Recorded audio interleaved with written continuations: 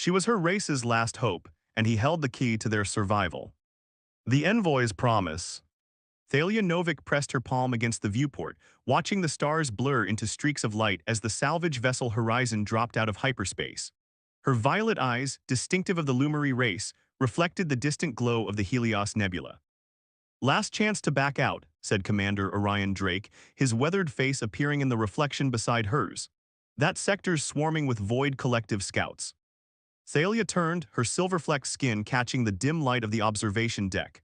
"We both know I don't have that luxury, Commander." Drake sighed, running a hand through his salt and pepper hair. "Just making sure you understand the risks. Thought you might want to live a little longer, being the last of your kind and all." She'd heard that reminder too many times over the past 6 years. The last Lumary, the final ember of a starborn civilization that had once spanned 7 systems, now reduced to a single representative and a locked genetic archive that was gradually degrading with each passing day. "The seed vault is down to 19% viability," Thalia said, her voice steady despite the weight of her words. "In 3 weeks, there won't be enough intact genetic material to resurrect my people. This isn't about my survival, Commander, it's about theirs." Drake nodded, his expression softening. He'd been skeptical when she'd chartered his vessel 6 months ago, but somewhere between the asteroid fields of Carina and the abandoned research stations of the Outer Rim, he'd begun to believe in her mission. "The coordinates are locked in," he said. "We'll reach the Helios remnant in 6 hours, try to get some rest." But rest wouldn't come. Not when Thalia knew what awaited them at the heart of the nebula, the ancient Lumary outpost that might contain the technology to stabilize the genetic archive. Not when the Void Collective was harvesting the energy of dying stars in the same region, leaving devastation in their wake. Hours later, Thalia stood on the bridge as the Horizon navigated through the luminous gases of the nebula. The ship's scanner technician, Rook, swiveled in his chair. "Commander, I'm picking up unusual energy signatures 3 clicks ahead. Doesn't match any known propulsion system." Drake leaned forward, "Collective vessels." "Negative," Rook replied, his cybernetic eye whirring as it adjusted focus. "More like a beacon of some kind."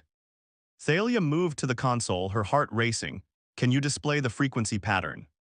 When the waveform appeared on screen, a shiver ran down her spine. The pulsing rhythm matched the sacred geometries woven into the ceremonial garments she still wore, the last vestiges of Lumary culture. "It's one of ours," she whispered. Drake exchanged glances with his first officer, Juniper. "Could be a trap," Juniper cautioned, her hand resting on her sidearm. "The collective's been known to use lures." "No," Thalia insisted. "These are quantum harmonics unique to Lumary technology. They're designed to resonate only with our neural patterns." She tapped a sequence into the console. "May I?" Drake nodded reluctantly and Thalia sent a responding signal. The bridge fell silent as they waited. 3 minutes later, the nebula gases parted before them, revealing a structure that seemed to be woven from light itself. A spiraling citadel suspended in space, its architecture defying conventional physics. "The celestial anchor," Thalia breathed. "It wasn't destroyed after all." "What exactly are we looking at?" Drake asked, awe evident in his voice. "A repository of Lumary knowledge and technology," she explained. "Created in the final days before the fall, when we realized our star systems were being systematically destabilized." The Horizon's communications officer, Terk, suddenly straightened. "Commander, multiple vessels dropping out of hyperspace. Signatures match known Void Collective ships." Drake cursed, "How many?" "3 destroyers and what looks like a harvester class." "They're here for the nebula's core," Thalia said grimly. "They've been collapsing stars throughout the sector, converting the energy into dark matter fuel." Drake made a quick decision. "Juniper, power up the defense grid. Terk, keep our channels dark. Rook, find us somewhere to hide." He turned to Thalia. "How do we get you to that station?" "The shuttle," she replied. "I can program it to follow the beacon. But I'll need at least 2 hours inside the anchor to locate the stabilization matrix for the genetic archive." 2 hours with collective ships bearing down," Drake shook his head. "Those aren't odds I'd take to my bookie." "Then I'll go alone," Thalia said firmly. "Drop me off and get the Horizon to safety. I'll signal when I've found what I need." "Not happening," Drake countered. "We've come too far to abandon you now." A proximity alarm blared.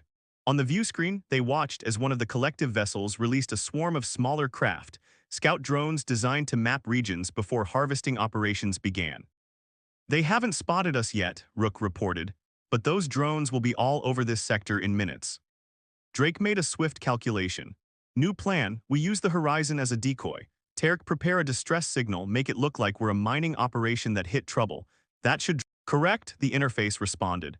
The entity you call the Void Collective has existed for millennia, moving between galaxies, consuming stellar energy to fuel their expansion. The Lumary detected their approach too late. A compartment opened in the center of the chamber, revealing a crystalline device no larger than Thalia's palm. It pulsed with the same rhythm as her pendant. This quantum stabilizer will preserve your genetic archive indefinitely, the interface explained. But it holds much more. Within its matrix are the complete technological and cultural records of our civilization, including the defensive systems we developed too late to deploy. Thalia reached for the device with trembling fingers. Then we still have a chance. Yes, but only if you can escape the collective's notice. They destroyed our civilization not merely for our star's energy, but because they recognized the threat our technology posed to their consumption. The station shuddered suddenly.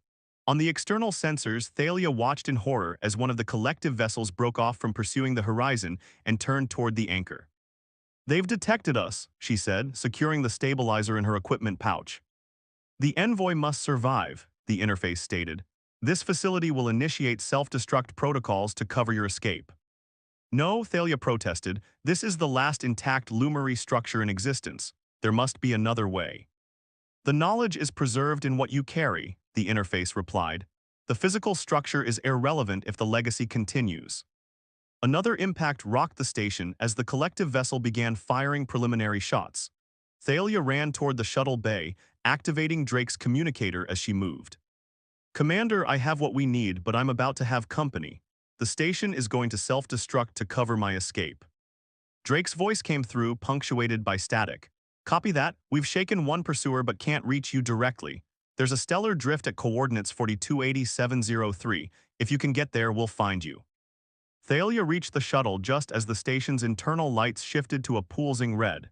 "Initiating dispersal in 60 seconds, announced the interface. As she powered up the engines, a final message came through. "Envoy Thalia, remember, you do not carry just our past but our future. The stabilizer contains more than preservation technology. It holds the key to rebirth." The shuttle launched into space as the first collective boarding vessels attached to the station's outer ring. Thalia pushed the engines beyond safety parameters, racing toward the coordinates Drake had provided. Behind her, the celestial anchor began to glow with increasing intensity. When the detonation came, it wasn't an explosion as much as a dissolution. The entire structure converting to energy that pulsed outward in a wave of blinding light, temporarily disrupting the collective vessel's systems.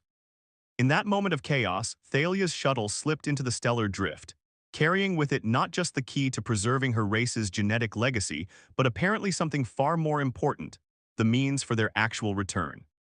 As she set course for the rendezvous point, Thalia placed her hand over the pouch containing the stabilizer. "I will not be the last," she whispered to the stars. "I promise you that." The cipher's secret. Thalia Novik sat perfectly still in the laboratory as Dr. Ezra Vaughn carefully examined the quantum stabilizer under a molecular scanner. 3 weeks had passed since her escape from the Helios Nebula, and while the device had successfully halted the degradation of the Lumary genetic archive, its deeper secrets remained locked away. "Fascinating," Ezra murmured, his dark eyes reflecting the holographic display. "The crystalline structure keeps reconfiguring itself. It's almost as if it's thinking." Thalia leaned forward. "Can you access the embedded data?" "Not without risk of corruption." Ezra removed his spectacles, rubbing the bridge of his nose.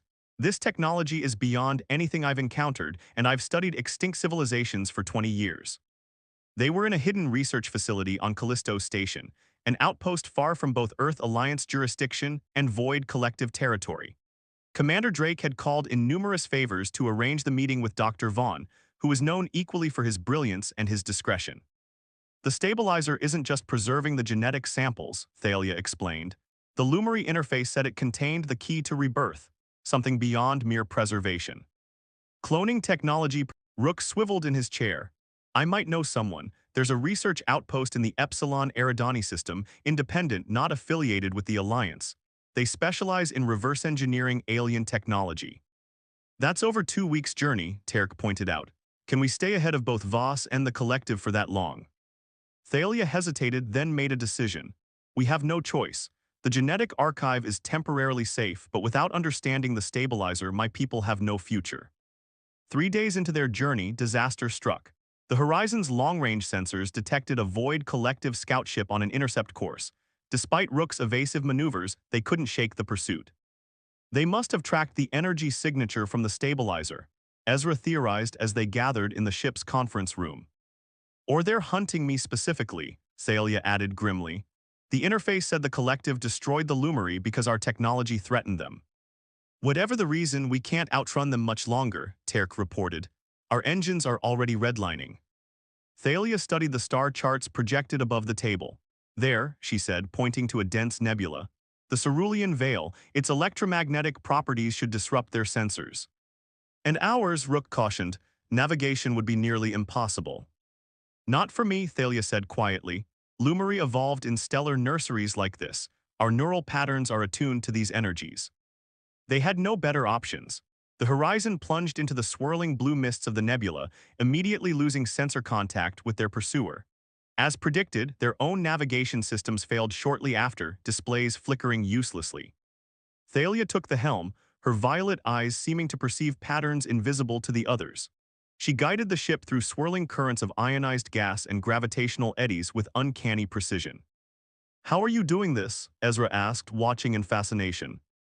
"I'm following the stellar harmonics," she explained, though she knew the concept was difficult to translate.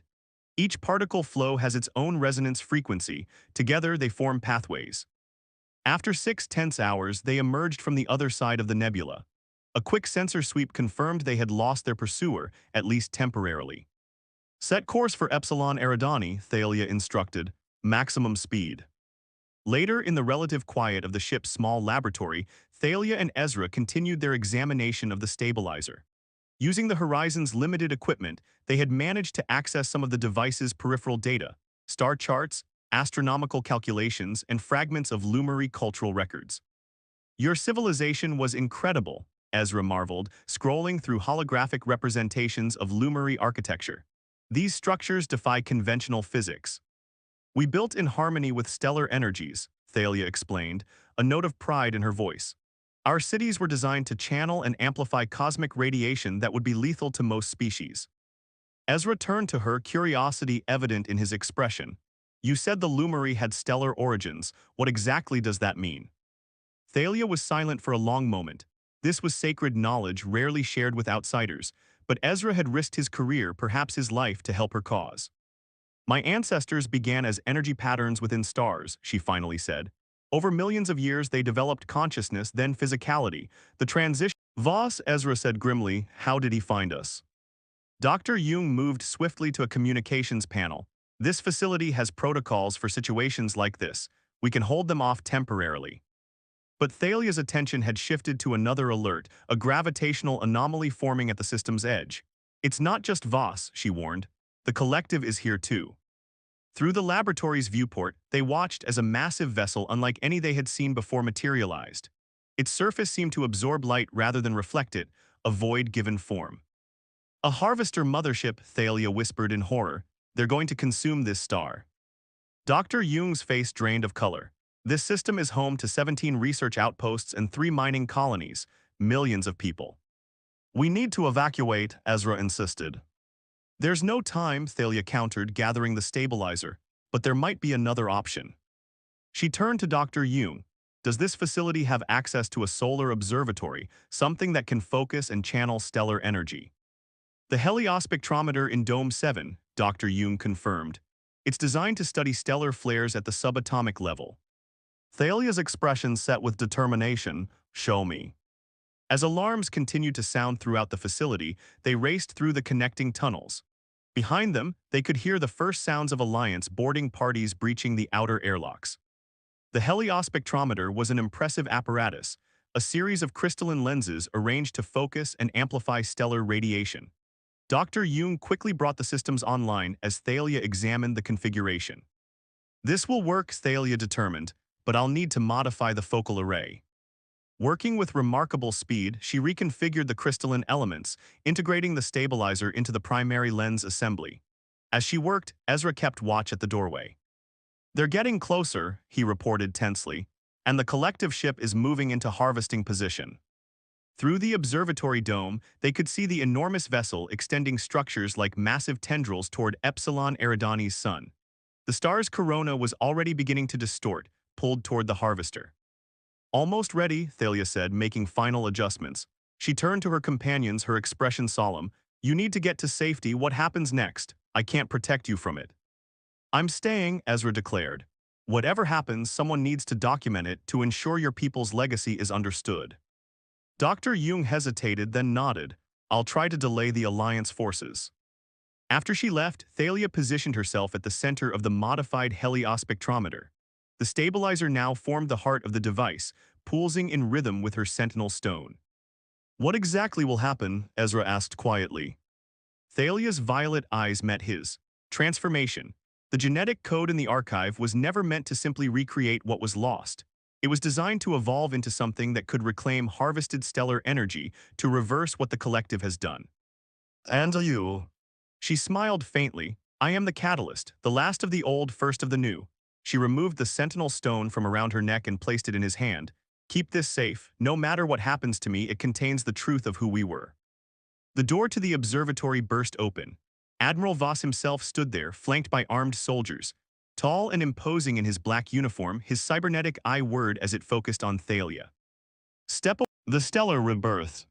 6 months after Thalia's transformation, Dr. Ezra Vaughn stood before the remnants of the Earth Alliance Security Council. The chamber, once an imposing hall of polished marble and gleaming metals, now bore the scars of recent conflict, hastily repaired damage from the Void Collective's brief but devastating attack on Earth. The Sentinel Stone remains our only direct connection to what the Lumeri have become, Ezra explained, the glowing crystal suspended in a containment field beside him. Its pulsing had grown stronger in recent weeks, the silver light casting dancing shadows across the worried faces of the council members. Admiral Voss, now stripped of his former authority but present as a technical advisor, scowled from his seat in the corner. Connection is precisely what we should avoid. These entities, whatever they are now, have already destroyed 3 collective harvesters. Neutralized, Ezra corrected firmly. Not destroyed, there's a critical difference. The head counselor, Director Indira Patel, leaned forward. Explain this distinction, Doctor. The Void Collective vessels weren't annihilated in the conventional sense, Ezra said, gesturing to the holographic display behind him. It showed footage of a harvester ship surrounded by swirling lights before seeming to dissolve into thousands of luminous points. Their energy and matter were reclaimed and repurposed. The Lumeri aren't destroying, they're transforming. Into what? Demanded Counselor Wagner, his weathered face etched with suspicion. Before Ezra could respond, the chamber doors swung open. Commander Orion Drake entered, accompanied by a woman Ezra had never seen before. She moved with unusual grace, her features sharp and intelligent, her dark hair threaded with premature silver.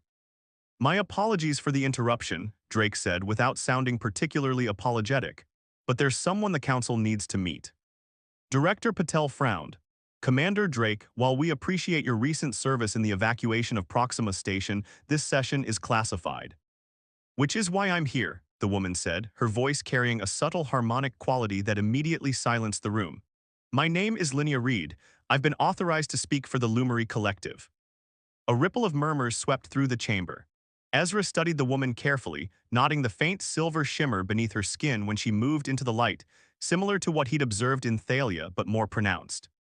Ms. Reed, Director Patel began cautiously, are you claiming to be Lumeri? Our understanding was that Thalia Novik was the last of her kind. Linnea smiled. Thalia Novik was the last of what the Lumeri were. I represent what they have become.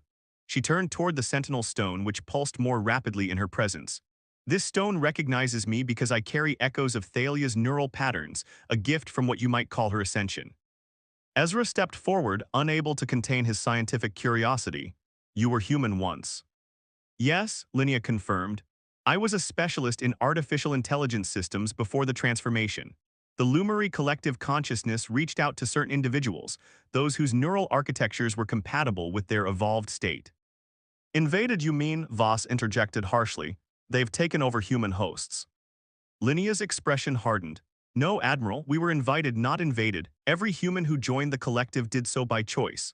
She held up her hand, which momentarily seemed to dissolve into pure light before reconstituting. And the transformation is symbiotic, not parasitic. Director Patel called for order as the council erupted in alarmed discussions. When the room quieted, she addressed Linnea directly. "Why have you come here today?" "Because what happens next concerns both our peoples," Linnea replied. "The Void Collective isn't destroyed, merely wounded. Their central consciousness has called reinforcements from neighboring galaxies. What you've witnessed so far was merely a scouting force." The holographic display shifted to show astronomical data, massive energy distortions forming at the edge of the Milky Way. "Their main harvesting fleet will arrive within 2 months," Linnea continued. "When they do, they won't target isolated stars. They'll initiate what they call a systematic sweep, the simultaneous harvesting of hundreds of stellar bodies." "That would devastate the entire sector," Counselor Takeda gasped. "Billions would die." "Not just die," Ezra added grimly. "The gravitational chaos from that many simultaneous stellar disruptions." Over the following weeks, Earth Alliance scientists worked alongside the evolved Lumary to prepare for the coming confrontation. The Sentinel Stone became the central communication node, linking the planetary defense network to the stellar anchors positioned throughout the sector. Ezra found himself increasingly drawn to Zara, whose knowledge of Lumary science far exceeded what her apparent age would suggest. She explained that while physically a child, she carried the accumulated knowledge of her lineage, including fragments of Thalia's final experiences. "It's not exactly memory," she told him as they calibrated equipment in his laboratory. "More like intuitive understanding. I know things without having experienced them directly." "Including me?" Ezra asked carefully. Zara's violet eyes met his. "I know that Thalia trusted you, that you helped her when others would have exploited her." She adjusted a setting with practiced ease. "And I know about the promise she made that she would not be the last Lumary." "She kept that promise," Ezra acknowledged. "Only part of it," Zara replied. "The transformation was just the beginning. True rebirth requires balance between what was and what could be." As the estimated arrival date of the Void Collective fleet approached, tension mounted throughout Alliance space. Civilian evacuations were underway in systems deemed most vulnerable, while military vessels were positioned to protect critical infrastructure. On the eve of the projected encounter, Commander Drake hosted a small gathering aboard the Horizon, which had been refitted as a command relay station.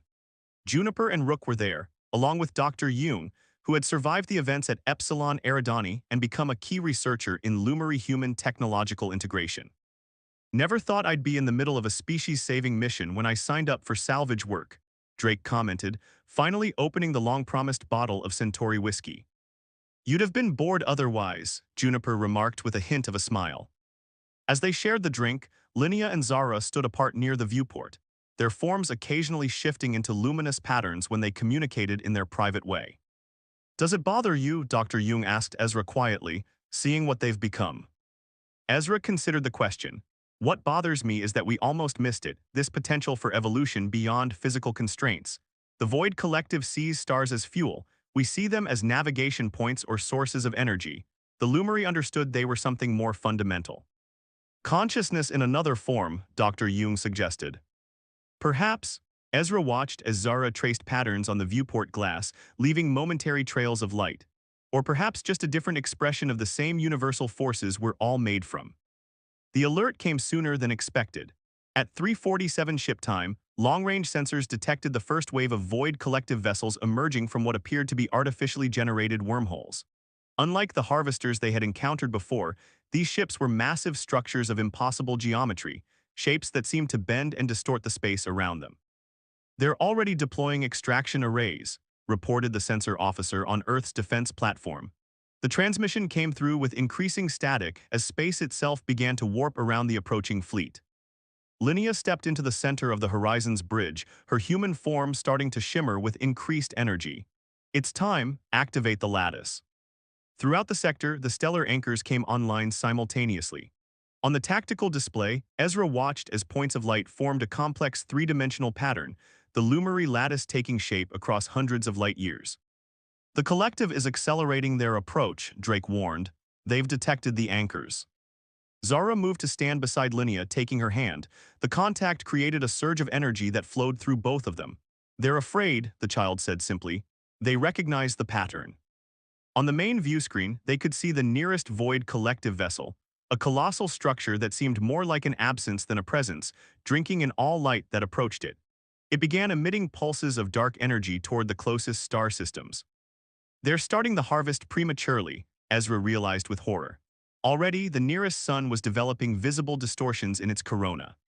Channel open to all angles. The main collective vessel, a behemoth that had positioned itself near Earth's sun, fought the hardest against the transformation. Its surface rippled and distorted as internal energies rebelled against its structure. The collective consciousness is trying to maintain control, the entity observed. It fears dissolution. What happens if it succeeds? Drake asked. Then we have failed, came the simple answer, and your star will die. Ezra looked from the view screen to the Sentinel stone, still integrated with the sensor array. An idea formed, desperate but potentially decisive. The stone is connected to Thalia's consciousness, he said urgently. It's been functioning as a communication node between human technology and Lumary energy patterns. Indeed, the entity confirmed. Then it could also serve as a focal point, a way to concentrate the reversal wave directly on the collective flagship. Dr. Jung immediately grasped the concept.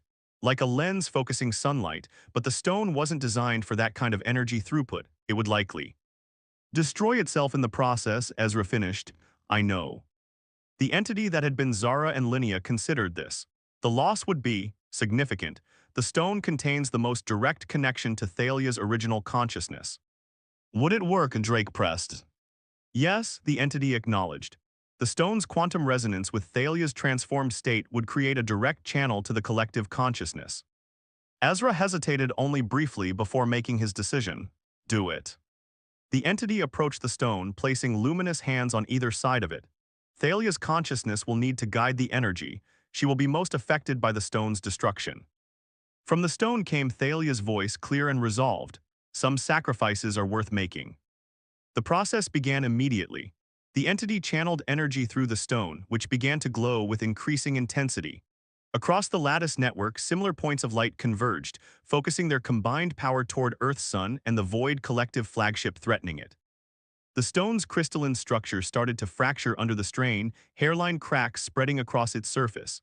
Yet it continued to channel energy, the reversal wave growing stronger as it fought against the collective's harvesting technology. On the view screen, they watched the massive dark vessel contort as conflicting energies battled within it. Its surface began to lighten, darkness giving way to luminescence as its harvested energy was forcibly converted back to its original form. It's working, Drake breathed. The Sentinel stone shattered with a silent flash, fragments dissolving into pure energy that surged into the ship's systems and out through the transmitters. The final pulse hit the collective vessel like a tsunami of light. For a moment, the massive ship seemed suspended in perfect balance between darkness and light. Then, with a silent explosion that rippled through subspace, it transformed, not into destruction but into expansion. Where the vessel had been now bloomed a nebula of newborn stellar material, swirling with nascent energy patterns. The void collective consciousness has been released, the entity announced. Its component energies returned to their original state. Throughout the sector, similar transformations occurred as the remaining collective vessels succumbed to the reversal wave. Dark harvesters became bright nebulae, their stolen energy reborn as the seeds of future stars. In the aftermath, as Alliance vessels cautiously approached the newly formed stellar nurseries, Ezra stood alone on the horizon's observation deck. The fragments of the Sentinel stone had been carefully collected, though they no longer glowed with inner light. The entity that had been Zara and Linnea joined him, its form having stabilized into a more consistent state, still shifting between energy and matter, but with greater control. Your mourning, it observed. Yes, Ezra admitted. Not just the stone, but what it represented, my last direct connection to Thalia as I knew her. She is not gone, the entity assured him, merely changed as we all are. Will I ever speak with her again?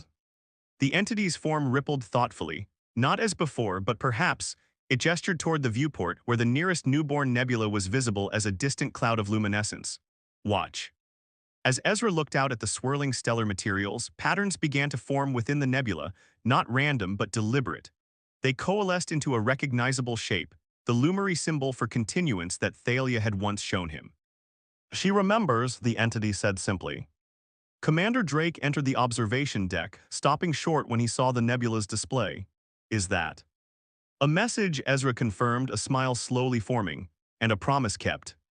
In the months that followed, a new equilibrium established itself throughout Alliance. With trembling fingers, he reconfigured the ship's sensors to perceive the pattern as the Lumary would. The result was immediately clear, not words, but a complex emotional imprint that translated to a single powerful concept: homecoming. "They're inviting us in," he whispered. Drake handed him a small craft's control key. "I figured you'd want to accept personally." Hours later, Ezra piloted a research shuttle into the heart of the energy construct.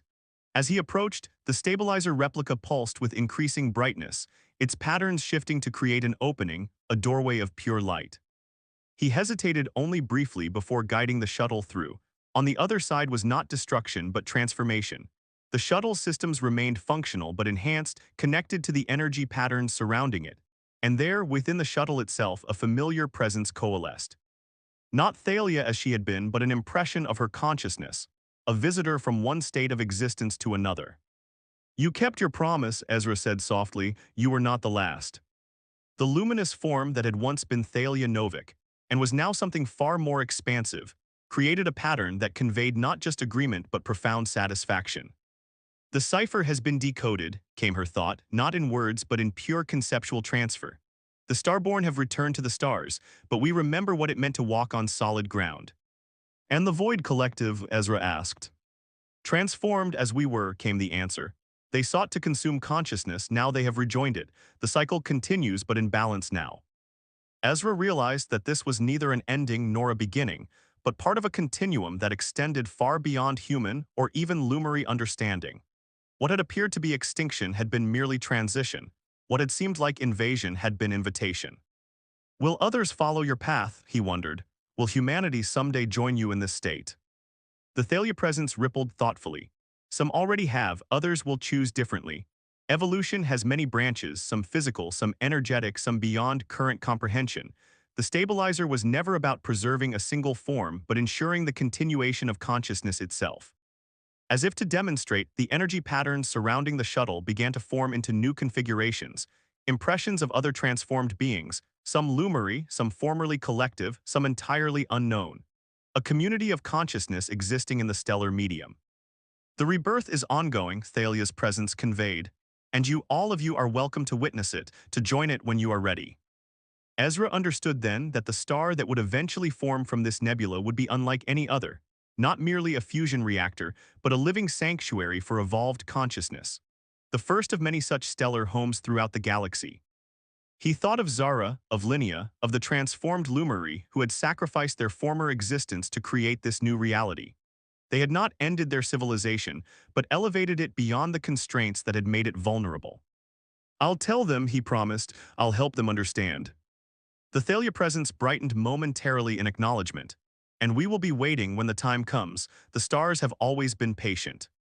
As Ezra piloted the shuttle back toward the horizon, he carried with him not grief for what had been lost, but wonder at what had been gained.